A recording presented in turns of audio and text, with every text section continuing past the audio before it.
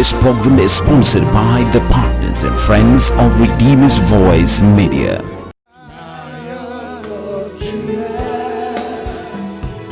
We worship you, Lion of Judah. You are holy. You are holy, Lion of Judah. Lion of Judah. We lift your name. We lift your name, Oh, Lion of Judah. you are holy. You are holy, Lion of Judah. Lion of Judah. Lord, we lift your name. We lift your name, We lift your name. Lion of Judah. No one like you, Jesus. You are holy, Lion Judah today. Lion of Judah. Lord, we praise your name. Praise your name, We praise your name today. Lion of Judah. You are holy. You are holy. We are continuing with part 2 of the attributes of world changers. Tunaendelea na msururu wetu mfumo awamu ya pili ya msururu wa mafundisho yetu kuhusu sifa za wale watu wanaogeuza ulimwengu. Joshua chapter 1 from verse 6. Verse 6, the Bible says, be strong. Biblia inasema iweni hodari. Everybody shout, be strong. Those are very important words that our Heavenly Father spoke to Joshua. Haya ni maneno yenye nguvu ambayo baba yetu alinena na Yoshua, The creator of the heavens and the earth. yule muumba mbingu na nchi. He who knows our ability, our capacity.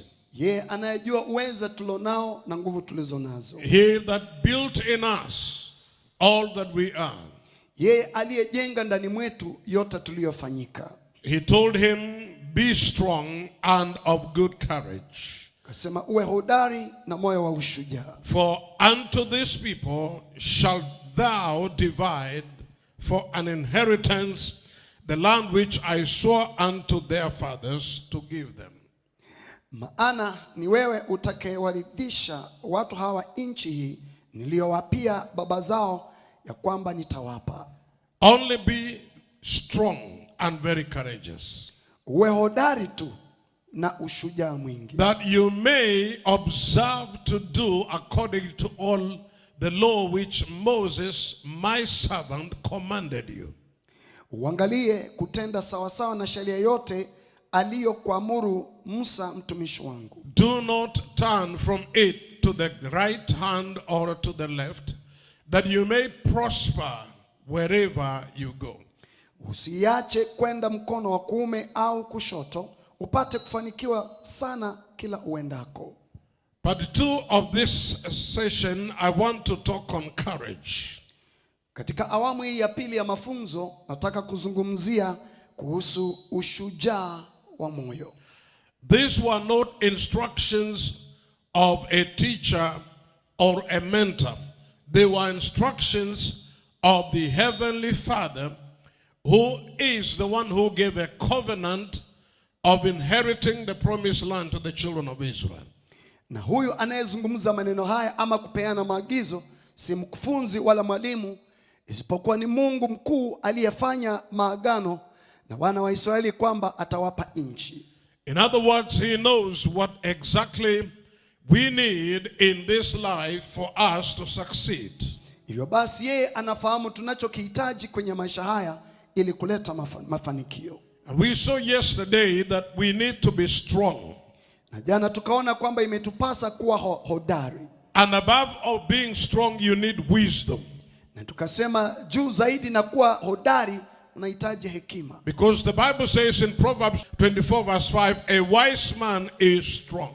Maana tumeona katika Mithali 24:5 yasema huyo mtu mwenye hekima yuko hodari. You also need knowledge. Na pia anahitaji maarifa. Because a man who has knowledge increases in strength. Maana mtu ambaye ana maarifa huongezeka katika nguvu. Because if you have wisdom and knowledge, maana ukiwapo na hekima na maarifa, then it becomes an essential ability that you need to excel in whatever challenges that you experience in life. Vinafanyika viungo muhimu ambavyo vinakufanikisha katika juhudi zako za maisha. Wisdom will also help to direct you in making right decisions in any circumstances that you experience in life. Hekima itakuelekeza ama itakupa mwongozo ya kufanya maamuzi katika unavyotakikana kuenda. Ecclesiastes 10:10, the Bible says wisdom is good to direct. Na yasema katika Mhubiri 10:10 ya kwamba hekima ni nzuri kwa kuongoza. Because without wisdom you are like a man who has an axe that is so blunt, and if you have to cut a tree with a blunt axe, you will need a lot of energy for you to cut that tree down. Mtu asiye na hekima anafananishwa na shoka ambalo ni butu lisilokuwa na makali. Itampasa mtu yule kutumia nguvu nyingi zaidi kuukata mti. The reason why many people take so long in stages of life, na sababu ya watu hukawia sana katika vituo vya maisha, is because they are not aware of where they are. Ni kwa sababu hawana ufahamu wamefikia wapi. God has built in us the cycle of life. Mungu amejenga ndani yetu msururu wa maisha. And every cycle, every stage of your cycle has a time clock within you that when you reach a certain level in your life, it kicks in and releases certain potentials. Na katika kila msururu na vituo na kila kituo kina muda uliowekwa ama wakati uliowekwa. Unapofika kwenye hicho kituo, basi masaa yake yataonesha kwamba umeshafikia hapa na kuachilia uwezo fulani unaohitaji kuweza kutoka kwenye hicho kituo. From the time you are conceived in your mother's womb, tokea siku ulivyo ingia kwenye tumbo la mama yako, your body system right from the fetus began a time clock and it began to tick. After 9 months, something needed to change and it changed.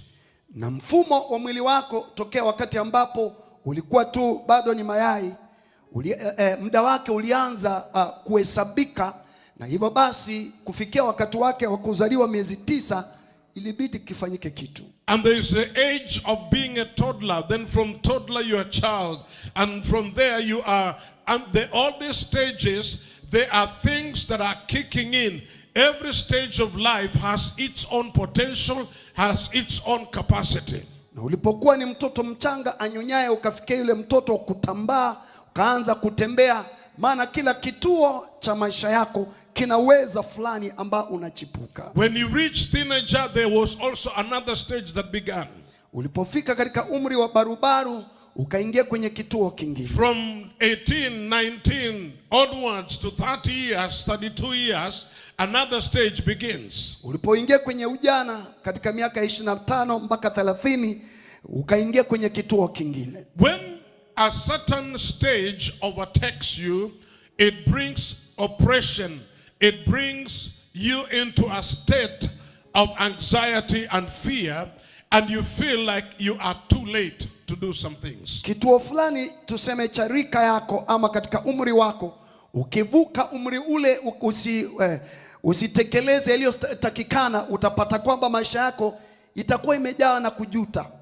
So knowledge plays a major role in you stepping into your new dispensation without being afraid of it. Kwa hivyo maarifa inakusaidia kuingia katika kipindi fulani cha maisha pasina wewe kukuwa na wasiwasi. That's why when you see a man who is 55, 60 years wanting to marry a 16-year-old girl, that man is living outside his level of life. Ukampata mtu mzee wa umri ya miaka 50 mpaka 65 yuataka kumwoa msichana wa umri wa miaka 16, mtu yule ashaondoka kwenye vipindi vyake, hajajielewa. At the age of 50, you should have educated your children. You are now settled. Katika umri wa miaka 50 umekuwa umeshasomesha watoto na watulia sasa. Now, if you want to get married at the age of 45 and you have wasted all your youth, you have wasted all your young adult, you have wasted all your middle age, then you will enter into a life of harassment. Na ikiwa uko katika umri wa 50 haukukuwa umeoa ndio sasa wataka kuoa, uliruka vipindi vyako hivyo vyote vya ujana, utaingia kwenye maisha ya kusumbuka mno. But wisdom will enable you to make right judgment. Lakini hekima itakusaidia kwamba ukafanya maamuzi. It will direct you to make right judgment at the right time in the cycle of life. Itakuelekeza kufanya maamuzi yanayostahili katika kipindi fulani cha nyakati. So that you're not overtaken and you're not too early. Na kwamba usio kwamba umepitwa na wakati ama umekwenda kwa haraka. A 13-year-old child doesn't need to give birth. Mtoto wa miaka 13 atakikani kuzaa mtoto mwingine. And anybody who impregnates a 13-year-old child, that person is ignorant and is full of let me not use that word. Amen. Ndio hiyo sasa. Yaani yule mtu ambaye yampajika mimba mtoto wa miaka 13 kidogo akili zake hazipo. And so we find people who are living either too early in their cycle of life or too late in their cycle of life. Wapo watu ambao wanajipata katika mikondo miwili. Wapo wale wengine walichelewa na wengine wako mapema. So wisdom helps you to direct your life that you find yourself in the right cycle at the right time. Hekima inakusaidia kukuelekeza ili ujipate katika kipindi kinachostahili kwa maisha yako. It's good for you if you are young, between 25 and 32 you should have gotten married. Na hivyo basi ni vyema kwamba katika kipindi cha miaka 25 na 30 hapo hivyo ndio uolewe ama wakuoe. If you go into 35, you are entering into a late stage. Ukiingia miaka ya 35, ndugu dada, kuna vile unachelewa. And so what I'm saying is, I'm not putting this anxiety in you, but what I'm saying is, know when you ought to do what you ought to do, and ask God that He gives you the ability to be in the seasons that He set for you.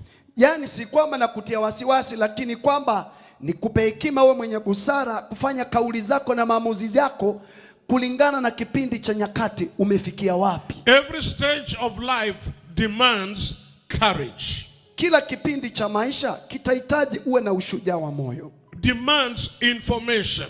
Na kitahitaji kwamba uwe na taarifa sahihi. You need to get right instruction. Wahitaji kupata maelekezi yanayofaa. And you can ask or pray to God to give you ability to be in your season, because He is the one that made sure that He gave you all those cycles of life. Waweza ukamwomba Mungu akusaidia kupe uwezo wa wewe kupatikana katika majira iliyo sahihi, maana Mungu ndiye aliye asisi vipindi hivyo vyote vya maisha. I know there are those among us who are already above marrying age.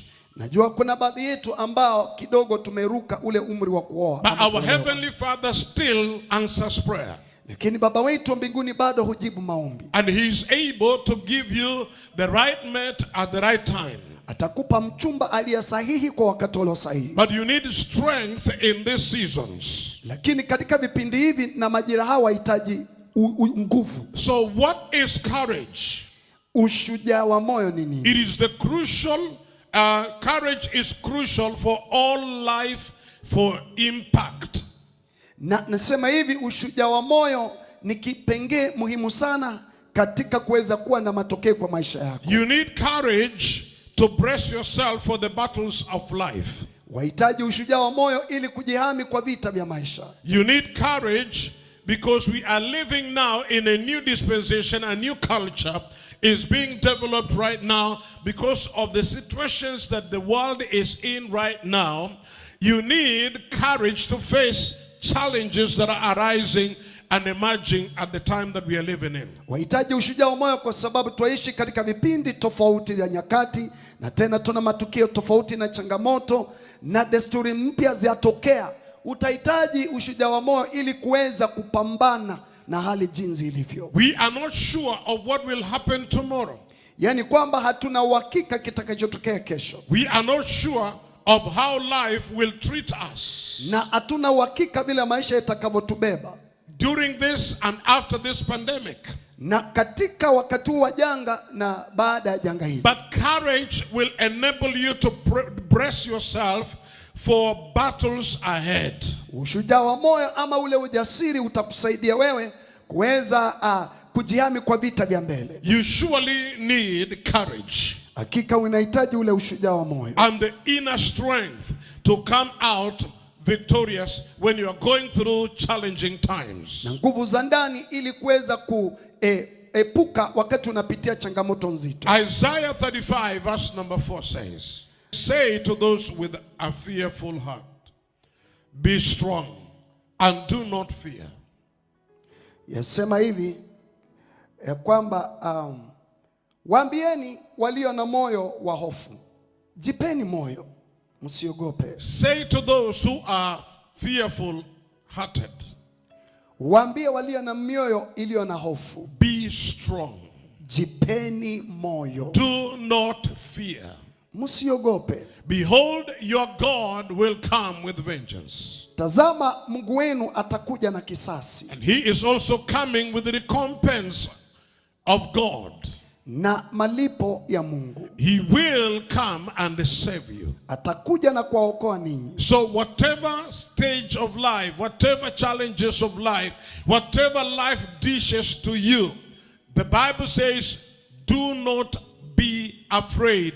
Be strong, be courageous. Kipindi kiwacho chochote cha maisha, changamoto ziwazo zozote ambazo zitayakumba maisha yako, Biblia inasema hivi, jipeni moyo, usiwe na hofu. Courage is the armor, actually the most powerful armor of any soldier or a mighty man. Ushujaa wa moyo ni silaha kubwa sana, ni silaha zaidi katika mtu yoyote mpigana vita. You may be armed with bigger guns or armor or whatever, but if your heart is fainting, if you are afraid, if you are discouraged, your armor is useless in battle.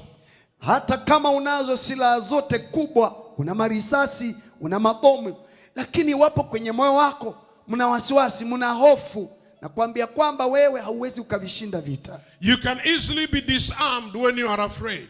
Hakika utakuwa ni kama umetolewa silaha ukiwa na Because hofu. fear disarms a mighty man. Maana hofu humvua silaha mtu shujaa. But courage arms you with strength.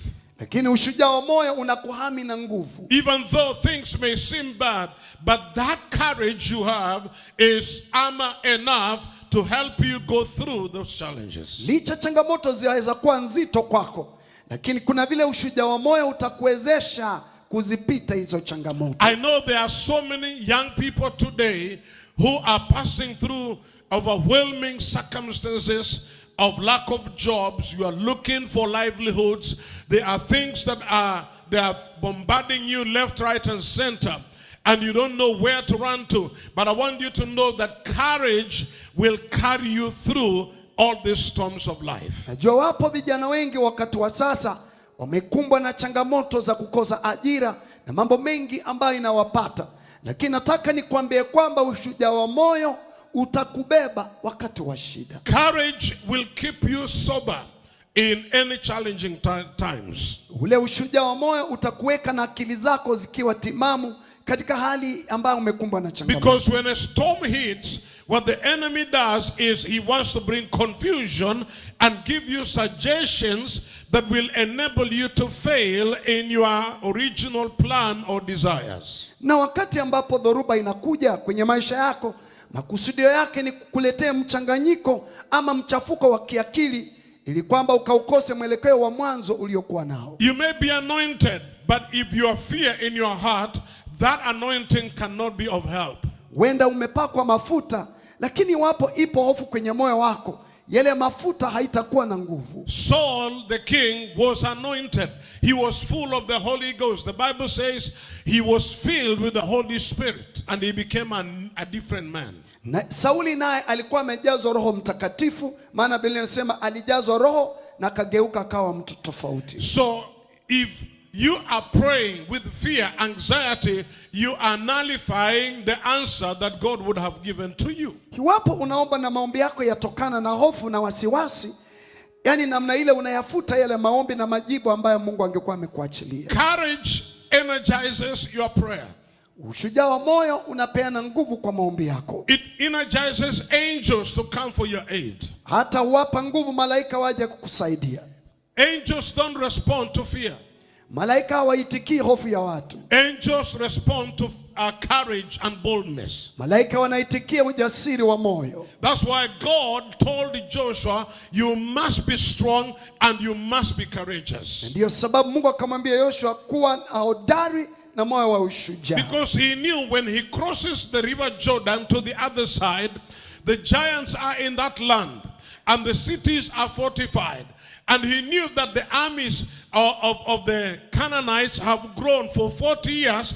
Those that he left in the Canaan land when he went to spy the land, they were maybe 10 years old. But now they are 50 years. So those giants had multiplied, including those who are there when Joshua and Caleb visited. Na ilibidi kwamba Yoshua kuwe na ushujaa wa moyo kwa sababu kule mbele alikokwenda kuvuka kulikuwa na majeshi huko, kulikuwepo na miji ya maboma, kulikuwepo na mashujaa ambao siku zake alipokwenda kupeleleza walikuwa umri wa miaka 10, lakini wakati wa sasa walikuwa wameshakuwa ni miaka 40 pamoja na wale wengine waliokuwepo, na majeshi ya huko walikuwa ni majitu. You see, it is easy to go to a place that you don't know what is there than to go to a place that you have been and you know what is expected of you there. Wajua ni tofauti unapokwenda mahali ambako hupajui na unapokwenda mahali umeshawahi kujua huko na unajua ni nini kinakungoja huko. He knew what was waiting for him across the river Jordan. Alijua ni nini cha msubiri katika ngambo ya pili ya Jordan. And for 40 years the Canaanites had seen them because they used to see them across the river. Na miaka 40 Wakanani walikuwa wamewaona, maana walikuwa tu ni ngambo pale ngambo. So they had fortified themselves. Walikuwa wamejihami vya kutosha. They had strengthened themselves. Walikuwa wamejitia nguvu. They knew that these people one day will come over. Walijua jamaa hao watavuka siku moja. And as much as they were afraid of them, they were also prepared to war. Na hata kadri vile walikuwa wameogopa, pia wao walikuwa wameshajiandaa kwa vita. Now Joshua is disadvantaged in one way because the people, the armies that had left Egypt, most of them died in the wilderness. Now he has juveniles or people who had never seen war or battle. Na Joshua sasa upande wake akawa kidogo alikuwa na mapungufu kwa sababu wale watu wa vita walikuwa wamekufa jangwani, waliosalia ni hawa ni makurutu, hawakujua kitu. He would have felt and it would be justified for him to feel afraid. Kusema kweli angehisi hofu, na ni kweli ilikuwa kwamba ni haki ahisi hofu. But God said be courageous.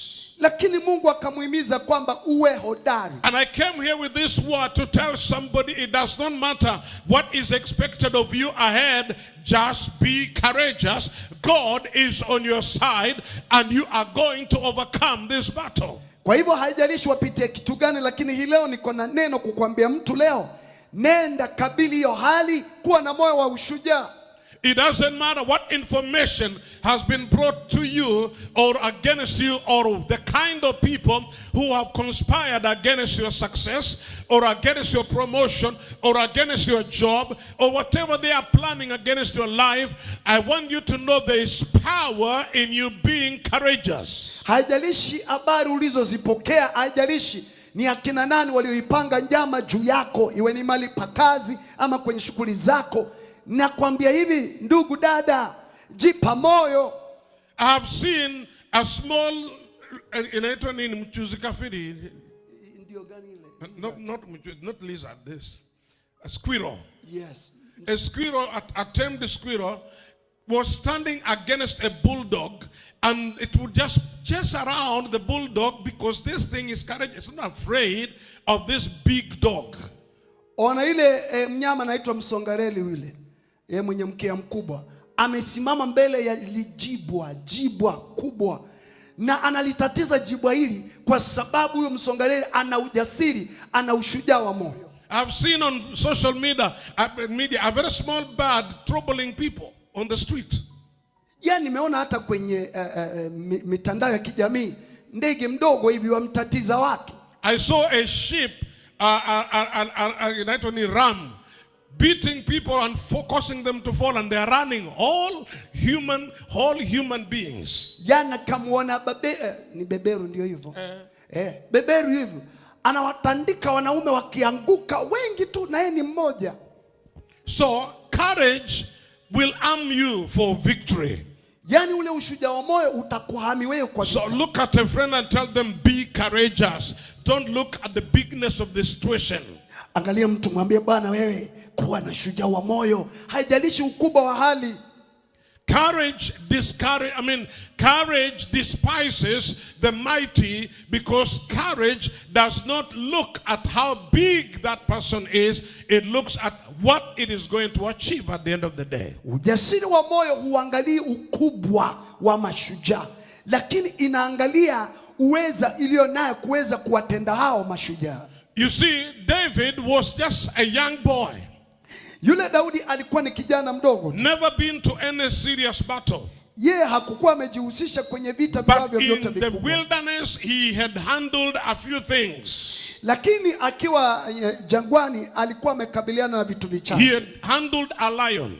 Alikuwa amekabiliana na simba. He had handled a bear. Alikuwa amekabiliana na dubu. And he had developed courage against those things that were fierce. Naye akakuza ushujaa wa moyo kwa vitu ambavyo vinajulikana kama vikali. So when he faced Goliath, it was nothing to him. Naye alipomkabili Goliathi hakukuwa ni kitu kwake. It is not David who killed a lion. It is courage that killed a lion. Sio Daudi aliyemwangusha lile jitu, alikuwa ni ujasiri aliyemwangusha lile. It is not David who killed the bear. It is courage that killed the bear. Na sio Daudi aliyeangusha dubu, lakini ujasiri. I have seen a picture of Maasais, 6 Maasais who saw a lion that had killed a wildebeest, and they decided to go and get meat from the lion. Naliona Maasai 6 hivi kikundi chao waliomwona simba amemuua nyumbu, nao kwa sababu walihitaji nyama wakaenda kuchukua nyama kutoka kwa simba. And they went there, and the lion saw them come, and the lion gave them way. They took their meat and they went away and left the lion to eat the rest. Kwa hivyo wakaenda kumkabili simba, simba kawaachia njia, wakakuja kukata nyama yao ya minofu, wakaenda zao wakamwachia simba. What makes the Morans powerful is not their cloth or their spear. What makes them powerful is courage. Kinachofanya wale Mamorani wa Kimasai kukua ama washindi si kwa sababu ya silaha ama mavazi, lakini ushujaa wa moyo. So turn to somebody and tell them, it is not the bigness of the devil, it is the bigness of God in you. Angalia mtu kamwambia kwamba si ukubwa wa shetani ila ni ukubwa wa Mungu ndani ya moyo wako. For greater is he that is in you than he that is in the world. Mkuu ni yule aliye ndani mwako kuliko aliye duniani. In this life you will face challenges. Kwenye maisha haya utakumbana na changamoto. Challenges are inevitable in this life. Changamoto haziepukiki kwenye haya maisha. But you can never conquer by weeping and crying. Lakini uwezi kupata ushindi kwa vilio na kuomboleza. You must daily be prepared to face them courageously. Lazima kwamba ujiandae kukabiliana nazo kijasiri. Because courage is the ability to face those challenges with a positive attitude. Na ujasiri ni uwezo unaokuwezesha kukabili changamoto ukiwa na mtizamo wa matumaini. Are you listening to me? Je, unanisikiza? Now, when you go through adverse situations, unapopitia hali ambazo ni changamoto, they reveal your inner capacity. Zile hali zitafunua uwezo wako wa ndani. I say again, when you go through times of adversity, unapopitia nyakati ngumu, they reveal your inner capacity. Nyakati ngumu zitafunua uweza wako wa ndani. And it is there that a new generation of champions are raised. Na ni hapo kwamba kizazi kipya cha mashujaa kinazaliwa. We are in this dispensation, and I believe this is the time God is raising world changers, men and women who have opted never to succumb to any pressure of life. Na ninaamini kwamba katika majira haya tunayoishi ni majira ambako kwa inuka mashujaa ambao hawajakatisha tamaa kukubali hali yoyote. Courage gives you soberness and gives you ability to be innovative. Na ule ushujaa wa moyo unakupa akili timamu ili uwe mtu mbunifu. You need to be innovative in your generation. Wahitaji kuwa mbunifu katika kizazi chako. You need to engage your ability of creativity that God deposited inside your life. Wahitaji kwamba utekeleze ama kufanyia kazi uweza wako wa ubunifu ama uvumbuzi katika nyakati kama hizi. You cannot succeed by looking at your own capacity.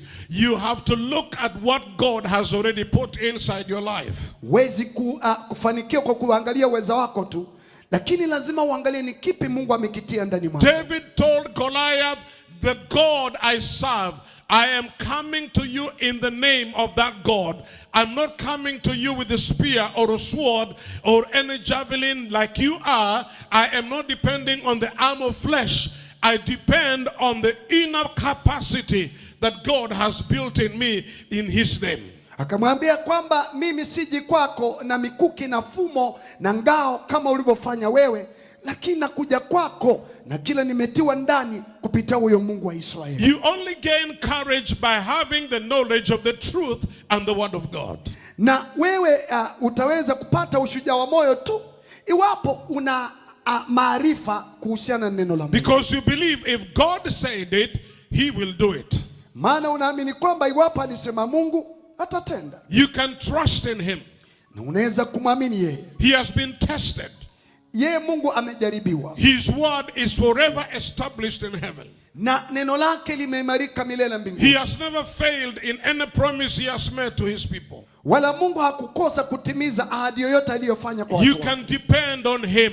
Unaweza mtegemea Mungu. You can look unto him and say, yes, the Lord is on my side. Waweza kumtizamia ukasema hakika Mungu yu upande wangu. I will not be afraid. Siogopi. I'll not be scared. Wala sitishwi. Even though I go through the valley of the shadow of death, I am not afraid. Hata nijapopita katika bonde la uvuli wa mauti Because sitaogopa I know he has promised I will be with you and I will not fail you. Maana amenihakikishia kwamba yu pamoja nami na hatanipungukia. Hallelujah. Hallelujah. So look at somebody and tell them it is God who empowers you. Angalia mtu kamwambia ni Mungu akutiaye nguvu. And he needs to see you courageous even in the process of empowerment. Na anakutaka uwe mjasiri wakati ambapo anakutia nguvu. I want you to know that life, you will be beaten, you will be stoned, you will be cast away, you will be rejected, you will be castigated, but courage will enable you to stand tall even in the midst of all those things. Nataka ujue kwamba kwenye maisha utakumbwa na mambo, shida, matatizo, utapigwa kwa maneno, kwa mawe, lakini kwamba we lazima ujipuke ukainuka mshindi katika hali zote kwa ujasiri. You cannot wish to die when you are courageous. You want to conquer the battle so that when you stand on the other side of victory, they will say, indeed, this man has God. Wezi ukawa ni mtu kwamba wataka kufa wakati umekumbwa na hali ngumu, lakini unatazamia kuona ushindi utakapovuka ng'ambo ile ya pili, ukishashinda ukavipigana vita. Let the word of God be your compass in life.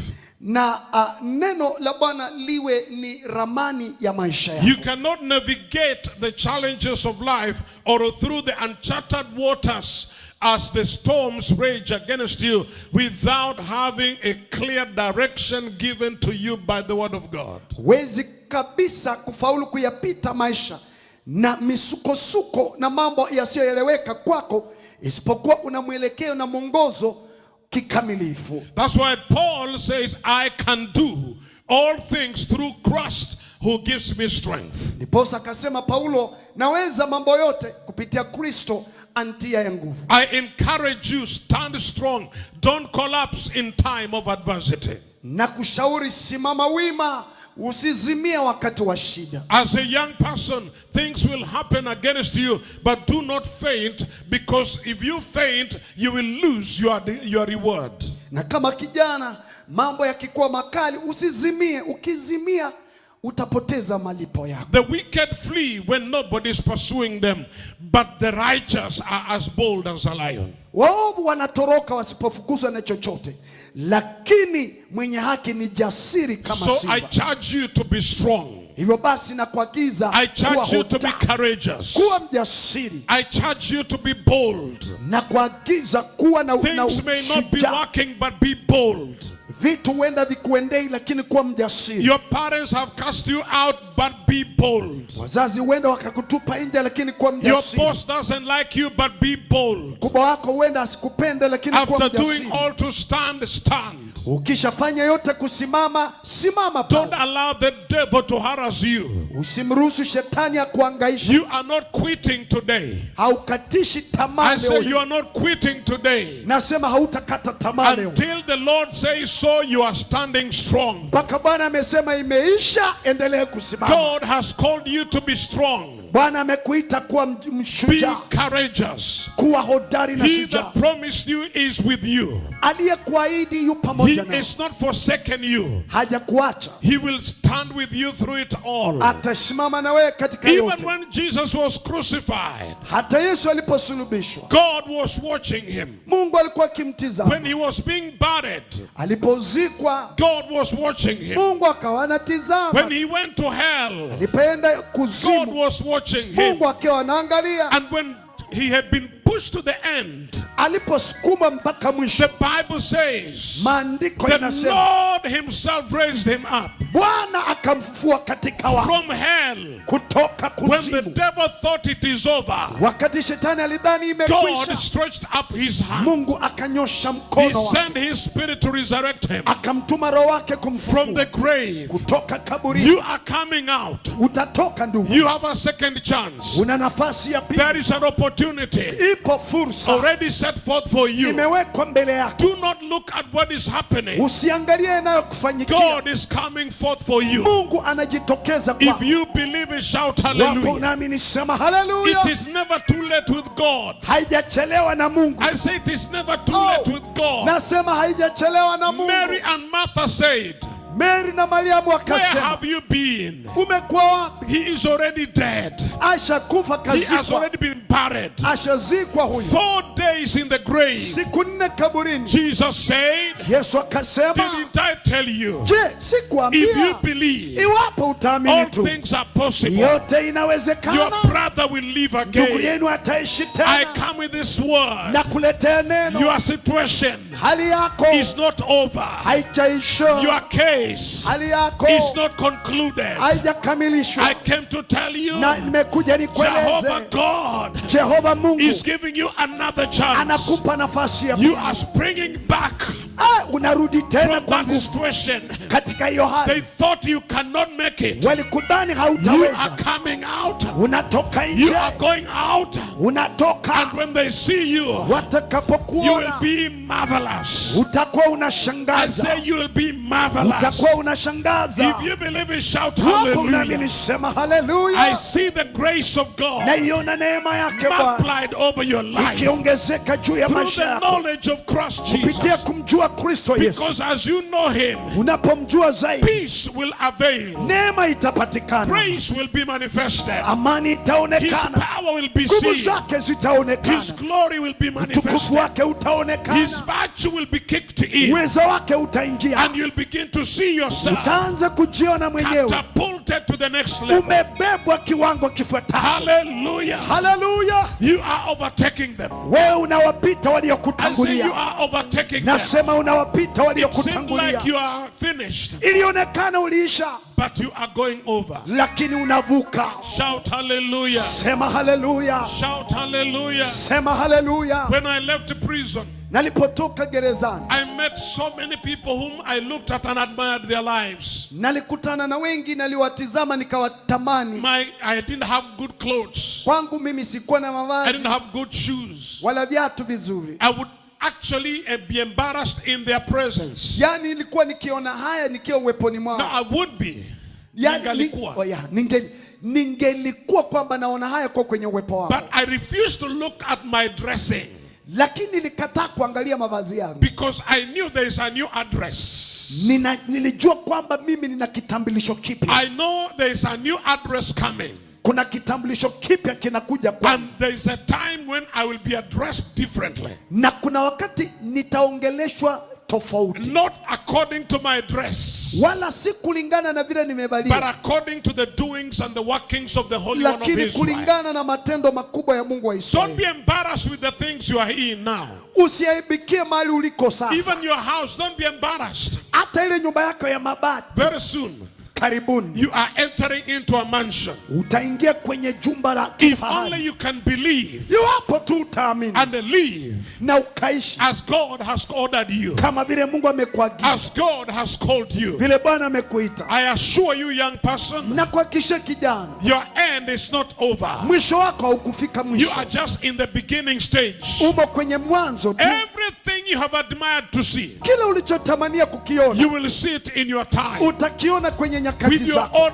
eyes. Kwa macho yako mwenyewe. In the presence of God. Katika uwepo If wake. only you can continue in His presence. Iwapo utadumu kwenye uwepo and wake. don't allow yourself to compromise. Wala usiruhusu With ukajichanganya. the evil powers of darkness. Na nguvu za giza. Don't take shortcuts. Usichukue njia za mikato. Because shortcuts will cut you short. Njia za mikato zitakatiza I maisha said yako. don't take shortcuts. Nasema usichukue njia za Because mikato. shortcuts will always cut people short. Njia za mikato ukatiza What maisha ya is watu. ahead of you is greater than what you see now. Kilicho mbele yako ni kikubwa kuliko mahali uliko So sasa. don't look at anything that is happening now. Usiangalie inayokutokea sasa Be hivi. strong. Kuwa shujaa. Be courageous. Kuwa Be hodari. bold. Kuwa Know mjasiri. that tomorrow is better. Jua kwamba kesho ni bora. In the name of Jesus. Kwa jina la Yesu. Hallelujah. Haleluya. I said hallelujah. Nasema haleluya. Keep doing the will of God. Endelea kuyatenda mapenzi ya Mungu. Stop being jealous Wacha kuwa na wivu of those who have gone ahead of you. kwa wale waliokutangulia. You are overtaking them soon. Yaani kuwapita, utawapita karibuni.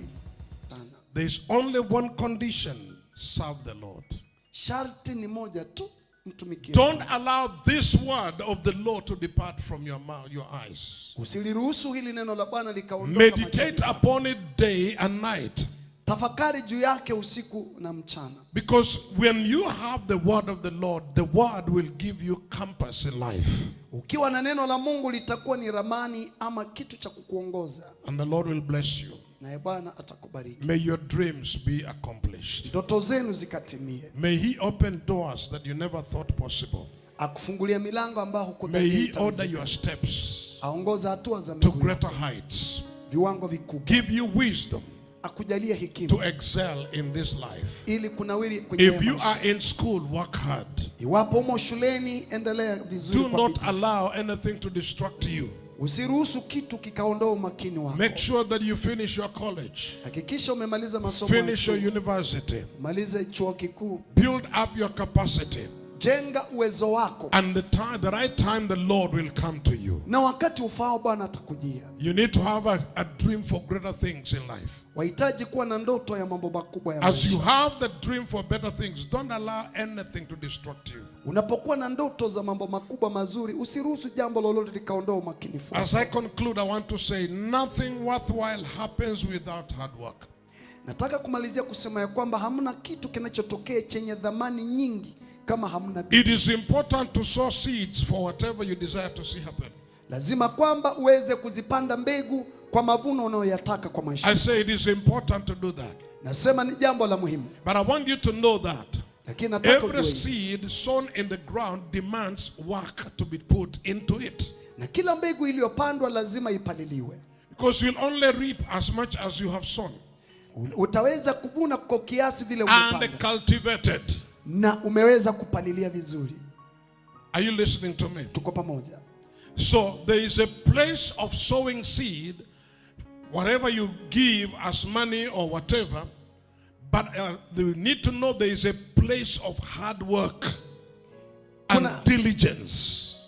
Kuna nafasi ya kupanda unachokipanda na kuna nafasi ya bidii. Lazima kwamba uweze kutia jasho katika hicho ulichokipanda. You must be diligent to pursue your course in life. Lazima uwe mwenye bidii kufuatia wito wa maisha yako. As God is working out supernatural favors, you must be found busy somewhere.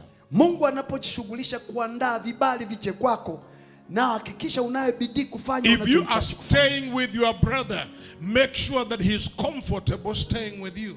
Iwapo waishi na ndugu yako, hakikisha kwamba ndugu yako anafurahia kule kukaa kwako. If you are staying with your sister, let her be comfortable staying with you. Iwapo waishi na dada yako, hakikisha aone kwamba wewe si mzigo kuishi na yeye. And when you have to leave, they will feel they'll miss you. Not that they will say this is good riddance. Unapoondoka waone kwamba wanakukosa sana, wasiseme ya kwamba tokanga tu wenda. Wake up, clean the house, cook, wash the clothes, clear the utensils. Even if you are a man, do something with your hands. Amka asubuhi, fanya kitu, fanya usafi. Hata kama wewe ni ndugu, usafi, upishi waweza kufanya. So be diligent in whatever you do. Kuwa na bidii katika unachokifanya. Don't leave utensils under the bed as a man. Usiache sahani na sufuria chini ya meza kama mwanaume. You cooked sukuma wiki and 3 days they are still under the bed. You have not cleaned the sufuria. No, even your fiance, your girlfriend, or your future wife wants to see how clean you are. You are not marrying somebody to come and cook for you. You are marrying a companion. And when they come, let them find the neatness, cleanliness, not throwing socks all over the house. Hata mchumba akaja kutembelea, acha pata una bidii, una usafi, sio kwamba socks zatupwa kila mahali. Hallelujah. Somebody shout courage. Ushujaa wa moyo. Courage. Ushujaa wa moyo. Lift up your hands. Precious Father, we thank you. Baba yetu, asante. Thank you for encouraging us, for rebuking us, for directing us. Asante kutuhimiza, kutukemea na kutuagiza. Thank you, blessed Father, for showing your goodness and your greatness into our lives. Asante Baba kuonyesha wema wako na ukuu katika maisha yetu. Help us that in every territory of our lives, tusaidie kwamba katika kila eneo la maisha yetu, in every endeavor of our lives, katika kila jitihada za maisha yetu, even as we go through challenges of life, hata tunapopitia kwenye changamoto za maisha, help us to be courageous. Tusaidie tu wajasiri. Release the anointing of courage. Wachilie upako wa ujasiri. Spirit of courage in our hearts. Roho ya ujasiri moyoni. That we are able to face all the challenges of life. Ili kwamba tuweze kukabiliana na changamoto za maisha. Without collapsing. Pasina kuzimia. Without fainting. Wala kukatisha tamaa. May you bless everyone that has been under the sound of my voice. Umbariki kila aliyeisikiza sauti. Lord, I pray that in the name that is above every name, na kuomba kwamba katika jina la Yesu let your glory and your power be evident. Nguvu zako ziweze kuonekana. Let your spirit elevate every single one of us. Na roho wako akampandisha kila mmoja wetu. We exalt and magnify you. Twakuinua, twakutukuza. In Jesus' name we pray. Kwa jina la Yesu twaomba. And everybody shouted amen. Na kila mtu sema amen. We thank the partners and friends of Redeemer's Voice Media for making this program possible.